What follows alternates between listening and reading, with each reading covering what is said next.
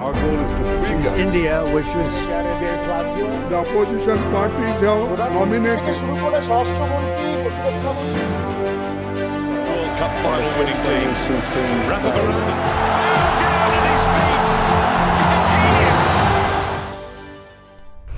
দেশের খবরে আপনাদের স্বাগত। সঙ্গে রয়েছে আমি অমৃতা। নজর রাখবো হেডলাইন্সের দিকে। অনুপ্রবেশকারী আটকাতে সীমান্তে পাঁচিলের প্রস্তাব সুপ্রিম কোর্টের। বাঙালি পরিযায়ী শ্রমিকদের নিশানা আদালতে বলেন আইনজীবী প্রশান্ত ভূষণ। রাখা হচ্ছে ডিটেনশন ক্যাম্পে, বাংলায় কথা বলি বাংলাদেশি তকমা। অনুপ্রবেশকারীদের আশ্রয় কংগ্রেসের, ভোট ব্যাংক ধরে রাখতে এসআইআর এর বিরোধিতা। অসমে বলেন অমিত শাহ। বিহারে কংগ্রেস বিজেপি সংঘর্ষ। ফের বিতর্কে মহুয়া মৈত্র। অনুপ্রবেশ নিয়ে মন্তব্য। এফআইআর দায়ের বিজেপি, নিঃশর্ত ক্ষমা চাওয়ার দাবি। রাজ্যে বাড়তে চলেছে 14,000 বুথ। সিইও দপ্তরে সর্বদলীয় বৈঠক। অতিরিক্ত বুথ যেন একই ভোট কেন্দ্রে হয়, দাবি তৃণমূলের। এসআইআর বিরোধিতা বামেদের। আসছে বিস্তারিত খবরে। অনুপ্রবেশ রুখতে সীমান্তে পাঁচিল দেওয়া যায় কিনা প্রস্তাব দিল সুপ্রিম কোর্ট। বাংলায় কথা বলার জন্য একজনকে কি বাংলাদেশী হিসেবে ধরা যায়? কেন্দ্রীয় সরকারের কাছ থেকে প্রতিক্রিয়া চাইলেন বিচারপতি জয়মাল্য বাগচি। অনুপ্রবেশকারীদের রুখতে আমেরিকার মতো ভারতে পাঁচিল দেওয়া যায় কি, কেন্দ্রীয় সরকারের কাছে জানতে চাইল সুপ্রিম কোর্ট। বিচারপতি জয়মাল্য বাগচি জিজ্ঞাসা করেন ভারতে কেন সম্ভব নয়। বিচারপতি সূর্যকান্ত, বিচারপতি জয়মাল্য বাগচি, বিচারপতি বিপুল পাঞ্চালির বেঞ্চে এই মামলার শুনানি চলছে। পাঁচিল তোলা সম্ভব নয় বলে জানিয়েছেন কেন্দ্রীয় সলিসিটর জেনারেল তুষার মেহতা। তবে তিনি জানিয়েছেন এ নিয়ে তিনি কথা বলবেন কেন্দ্রের সঙ্গে, তারপর এজলাসে জানাবেন। আইনজীবী প্রশান্ত ভূষণ বলেন বাংলা ভাষায় কথা বললে বাংলাদেশি বলা হচ্ছে। দু দেশের মধ্যে আলোচনা হয়েছে, কিন্তু কোনো দেশ যদি ফেরত না নেয় তাহলে কেন ফেরত পাঠানো হচ্ছে? বিএসএফ কোনো কথায় কান না দিয়ে বাংলাদেশে পাঠিয়ে দিচ্ছে ভারতীয়দের। আদালত জানতে চায় পাঞ্জাব আর বাংলার সঙ্গে পাকিস্তান আর বাংলাদেশের ভাষা, সংস্কৃতি, আত্মীয়তার সম্পর্ক রয়েছে। এই সমস্যার সমাধান কিভাবে হবে? বাংলার গর্ভবতী মহিলাকে পাঠিয়ে দেওয়া হয়েছে বাংলাদেশে। এ নিয়ে মামলা ওঠে সুপ্রিম কোর্টে। তাকে ফেরানোর জন্য মামলা চলছে শীর্ষ আদালতে। প্রশান্ত ভূষণ বলেন বাঙালিদের জন্য ডিটেনশন ক্যাম্প করা হয়েছে। ব্যুরো রিপোর্ট, পূবের কলম ডিজিটাল। অনুপ্রবেশকারীদের ইন্ধন দিচ্ছে কংগ্রেস। অসমে বলেন কেন্দ্রীয় স্বরাষ্ট্রমন্ত্রী অমিত শাহ। তিনি বলেন ভোট ব্যাংক ধরে রাখতেই কংগ্রেসের এই প্রচেষ্টা। নরেন্দ্র মোদীকে নিয়ে কুমন্তব্য করা হয়েছে এই অভিযোগ ওঠায় পাটনায় সংঘর্ষে জড়িয়ে পড়ে কংগ্রেস আর বিজেপি। রাহুল গান্ধীকে ক্ষমা চাইতে হবে এই দাবি তুলেছে বিজেপি। আর কংগ্রেস কর্মীরা ধর্নায় বসেন সাদাকাত আশ্রম গেটের সামনে। তখনই দু দলের কর্মীরা সংঘর্ষে জড়িয়ে পড়েন। বিধানসভা নির্বাচনের আগে পরিস্থিতি উত্তপ্ত হয়ে উঠল বিহারে। আজ সকালে কলকাতায় প্রদেশ কংগ্রেস অফিসে তাণ্ডব চালায় বিজেপি আশ্রিত দুষ্কৃতীরা। ছিঁড়ে ফেলা হয় রাহুল গান্ধীর ছবি। প্রদেশ কংগ্রেস অফিসে ঢুকে পড়েন বিজেপি কর্মীরা। এখানেও দু দলের কর্মীদের মধ্যে সংঘর্ষের পরিস্থিতি তৈরি হয়েছিল। কেন্দ্রীয় স্বরাষ্ট্রমন্ত্রী অমিত শাহ বলেছেন রাহুল গান্ধীর এই ভোটাধিকার যাত্রা আসলে অনুপ্রবেশকারীদের বাঁচানোর যাত্রা। এই অনুপ্রবেশকারীরাই কংগ্রেস, আরজেডি, বামেদের ভোট ব্যাংক। घुसपैठिया बचाओ यात्रा को यात्रा में देखने को मिला। ये घुसपैठिया बचाओ यात्रा जो उन्होंने बिहार में निकाली है,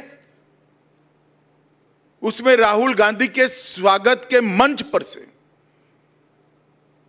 नरेंद्र मोदी जी की स्वर्गीय माता जी के लिए अपशब्द बोलकर सबसे घृणित काम कांग्रेस के नेताओं ने किया है। मैं आज इस मंच से राहुल जी ने जिस प्रकार से घृणा की स्तर बगर की राजनीति की शुरुआत की है, उसकी और प्रधानमंत्री नरेंद्र मोदी जी की स्वर्गीय माता जी के लिए जो अपशब्द कहे गए, उसकी मैं हृदय से निंदा करता हूं। রাহুলের ভোটাধিকার যাত্রায় মোহাম্মদ রিজভি নামে এক যুবক নরেন্দ্র মোদীকে নিয়ে কুমন্তব্য করেছিলেন বলে অভিযোগ। তাকে গ্রেপ্তার করেছে বিহার পুলিশ। শেখ ইরশাদের রিপোর্ট, পূবের কলম ডিজিটাল। রাহুল গান্ধীর সঙ্গে কথা বলতে বিহারে গেলেন মতুয়া সম্প্রদায়ের 30 জন প্রতিনিধি। এসআইআর বাতিলের দাবিতে সোচ্চার হয়েছে কংগ্রেস। মতুয়াদের ধারণা এসআইআর এর নামে তাদের নাগরিকত্ব কেড়ে নেওয়া হবে। আমরা রাহুল গান্ধীর সঙ্গে একটু কথা বলতে চাই। কি ব্যাপার? আমাদের যে এই যে এসআইআর নিয়ে যেটা নিয়ে তোরপাড় হচ্ছে, ওর থেকে মুক্তি চাই। হ্যাঁ, আপনারা কি মতুয়া? মতুয়া নামে শব্দটা এই যে আমি যে নামেই হোক না কেন, সনাতন ধর্ম যেই হরিকে ডাকি, কৃষ্ণকে ডাকি, যে নামে প্রেমে মাতোয়ারা হবে সেই মতুয়া। তবে আমরা মতুয়া, আমরা এর যাতে সুবিচার হয়, যাতে আমরা এই টানা হেঁচড়া না করে আমাদের কোনো পার্টি, টিএমসি বা বিজেপি, সবাই তো যেই ভোট এই ইলেকশনের সময় আসে তখন তো আমাদের নিয়ে টানাটানি করে এই করে দেবো ওই করে দেবো, কিন্তু সেটা তো হচ্ছে না।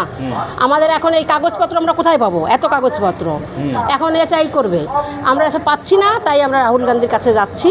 কেন্দ্রীয় স্বরাষ্ট্রমন্ত্রী অমিত শাহকে নিয়ে বিতর্কিত মন্তব্য করলেন তৃণমূল কংগ্রেস সাংসদ মহুয়া মৈত্র। বিজেপি তার বিরুদ্ধে এফআইআর দায়ের করেছে, নিঃশর্ত ক্ষমা চাওয়ার দাবি জানিয়েছে তারা। ওনার তো আমার কাছে একটা পরিষ্কার প্রশ্ন যে ওরা খালি বলে যাচ্ছে অনুপ্রবেশকারী অনুপ্রবেশকারী অনুপ্রবেশকারী। আমাদের কথাটা খুবই সিম্পল, যে যেটা ভারতের সীমান্ত আছে সেটা 5 ফোর্সেস সেটাকে রক্ষার দায়িত্বে আছে। ডিরেক্টলি সেটা স্বরাষ্ট্র মন্ত্রকের দায়িত্ব, ডিরেক্টলি সেটা স্বরাষ্ট্রমন্ত্রীর দায়িত্ব। তা প্রধানমন্ত্রী 15ই আগস্টে তিনি লালকেল্লায় দাঁড়িয়ে বলছিলেন যে অনুপ্রবেশকারী যে ভারতের যে আমাদের জনবিন্যাস সেটা জনগণ বিন্যাস সেটা নাকি বদলে যাচ্ছেন, ডেমোগ্রাফিক একটা চেঞ্জ হচ্ছে, এইসব বলছিলেন। তিনি যখন এই কথাগুলো বলছিলেন, প্রথম সারিতে তার স্বরাষ্ট্রমন্ত্রী নির্লজ্জভাবে দাঁড়িয়ে হ্যাঁ হ্যাঁ করে তিনি হাততালি দিচ্ছেন। তা আমি জিজ্ঞেস করছি, যদি ভারতের সীমান্ত রক্ষা করার আমাদের কেউ নেই, যদি অন্য দেশের মানুষরা রোজে শয়ে শয়ে লাখে লাখে কোটি কোটিতে ঢুকে যাচ্ছে, যে আমাদের মা বোনদের উপর চোখ দিচ্ছে, আমাদের জমি কেড়ে নিচ্ছে, তা তোমার প্রথমেই তো অমিত শাহের মাথাটা কেটে তোমার টেবিলে দেওয়া উচিত। যে স্বরাষ্ট্রমন্ত্রী এবং যে স্বরাষ্ট্র মন্ত্রক দেশের বর্ডারকে রক্ষা করতে পারে না, যে প্রধানমন্ত্রী নিজেই বলছে যে বাইরে থেকে লোক এসে আমাদের মা বোনদের দিকে নাকি চোখে নজর দিচ্ছে, নাকি কি চোখ মেলাতা হিন্দিতে কি একটা বললো নাকি শব্দ, আমাদের জমি দখল করে দিয়েছে, ভাই তার দোষটা কার? গতকাল তৃণমূল কংগ্রেস সাংসদ মহুয়া মৈত্র মন্তব্য করেছিলেন নদিয়ায়। এই ভিডিও সত্যতা যাচাই করেনি পূবের কলম ডিজিটাল। তবে এই ভিডিও প্রকাশ্যে আসার পর বিজেপি মহুয়া মৈত্রের বিরুদ্ধে এফআইআর দায়ের করেছে। বিজেপি বলেছে, এ ধরনের ঘৃণ্য ভাষণ সমাজে বিভেদ তৈরি করবে। অতীতেও বারবার বিতর্কের মুখে পড়েছেন তৃণমূল কংগ্রেস সাংসদ মহুয়া মৈত্র। আজ স্থানীয় বিজেপি নেতা সন্দীপ মজুমদার তার বিরুদ্ধে অভিযোগ দায়ের করেছেন। রাজ্য বিজেপির প্রাক্তন সভাপতি রাহুল সিনহা বলেছেন, এই ধরনের মন্তব্য অত্যন্ত নিন্দনীয়, গণতান্ত্রিক প্রক্রিয়াকে ব্যাহত করবে। যদি মহুয়া মৈত্র প্রকাশ্যে ক্ষমা না চান তাহলে তার বিরুদ্ধে কড়া ব্যবস্থা নেওয়া হবে। ব্যুরো রিপোর্ট, পূবের কলম ডিজিটাল। বনগাঁ উত্তরের বিজেপি বিধায়কের বাবা মায়ের নাম নেই ভোটার তালিকায়। বিধায়ক নিজেই বলেছেন যে তিনি বাংলাদেশ থেকে যারা এসেছেন তাদের নাগরিকত্বের দাবিতে সোচ্চার হবেন। বিজেপির বনগাঁ উত্তরের বিধায়ক অশোক কীর্তনিয়ার বাবা মায়ের নাম নেই ভোটার তালিকায়। তিনি বাংলাদেশি বলে অভিযোগ তুলেছেন অল ইন্ডিয়া মতুয়া মহাসংঘের বনগাঁ মহকুমা কমিটির সম্পাদক। বনগাঁ উত্তরের বিধায়ক বলেছেন, আমার বাবা মার নাম নেই 2003 সালের ভোটার তালিকায়, ফলে সাধারণ মানুষের আতঙ্কিত হওয়ার কিচ্ছু নেই।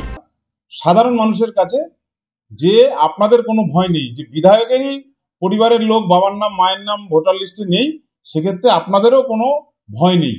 আপনারা যারা এই দেশে ভোটাধিকার প্রয়োগ করছেন 2024 সালে করেছেন, তারাই এই দেশের নাগরিক। মুখ্যমন্ত্রী মমতা বন্দ্যোপাধ্যায় যে কথা বলছেন, বড় মা সেই কথা মমতা ঠাকুরও একই কথা বলছেন, যে যারা এই দেশে ভোটাধিকার প্রয়োগ করেছে তারাই এই দেশের নাগরিক। এই মেসেজটাই দেওয়ার জন্য আমি করেছি। তৃণমূল কংগ্রেসের সাংসদ মমতা বালা ঠাকুর বলেন, আমাদের লড়াই সব ধরনের সব মানুষের জন্য। যারা ওপার বাংলা থেকে এপার বাংলায় এসেছেন তাদের নাগরিকত্বের জন্য আমাদের লড়াই চলবে। সাথ দেবো সেইভাবে, কিন্তু এটা চলছে এবং আগামীতেও চলবে। আমাদের কোন রাজনীতি পার্টি তার জন্য এই লড়াই নয়। আমাদের লড়াইটা হচ্ছে সমগ্র মতুয়া সমাজ এবং বিভিন্ন যারা বাংলাদেশ থেকে ওপার বাংলার দেশভাগের বলিতে আসছে, বিভিন্ন ধর্মের বিভিন্ন জাতির মানুষ যারা আছে, সর্ব মানুষের জন্য এই লড়াই। এই লড়াইটা শুধু এক মতদের জন্য লড়াই না। তাহলে তারা কোথায় যাবে? যারা পিছিয়ে পড়া সমাজের মানুষ, যারা ওপার বাংলা থেকে এসছে, দেশভাগের বলিতে এসছে, তাহলে তারা কোথায় যাবে? আমাদের লড়াইটা শুধু এক মতদ না, কিন্তু লড়াইটা মতমুয়ার সঙ্গে করছে বলে সেটা অনেক সময় মতদের ভিতরে সর্ব মানুষের জন্য লড়াই। এ রাজ্যের মতুয়া ভোটের একটা বড় অংশ বিজেপির ঝুলিতে যায় বলে জানিয়েছেন বনগাঁ উত্তরের বিধায়ক অশোক কীর্তনিয়া। তিনি বলেছেন, বাংলাদেশ থেকে যারা এদেশে এসেছেন তাদের কারোর নাগরিকত্ব যাবে না। ব্যুরো রিপোর্ট, পূবের কলম ডিজিটাল। রাজ্যে বেড়েছে 14,000 বুথ। একই ভোট কেন্দ্রের মধ্যে যেন এই বুথ থাকে, ভোটারকে যেন 2 কিলোমিটার দূরে গিয়ে ভোট দিতে না হয়, সেই দাবি জানিয়েছে তৃণমূল কংগ্রেস। বামেরা জানিয়েছে এসআইআর এর বিরোধিতা করবে তারাও। যে বুথ মানুষের উপরে তাকে দূরে নিয়ে যাওয়া যাবে, যাতে কোনো ভোটার ভোট থেকে বঞ্চিত না হয়, এর একটা প্রয়াস চলছে। তার মধ্যেই আমরা বিরোধিতা করেছি এবং তার জন্যই আমরা চেষ্টা করছি। আরজিকর কাণ্ডে কলকাতা পুরসভার ডেপুটি মেয়র অতীন ঘোষের বাড়িতে যায় সিবিআই। দীর্ঘক্ষণ তাকে জেরা করা হয়, তার বয়ান রেকর্ড করা হয়। কলকাতার মেয়র ফিরাদ হাকিম বলেন, যত ভোট এগিয়ে আসবে ততই এই ধরনের ঘটনা বাড়বে। আসলে এটা করে কিছু মানুষকে ভয় দেখানোর চেষ্টা করে, কিছু মানুষকে চমকানোর ধমকানোর চেষ্টা করে। কিন্তু আমরা যারা মমতা ব্যানার্জির আদর্শে বিশ্বাস করি, আমরা আবার বলছি যে ডর সে ডর নেই লাগতা।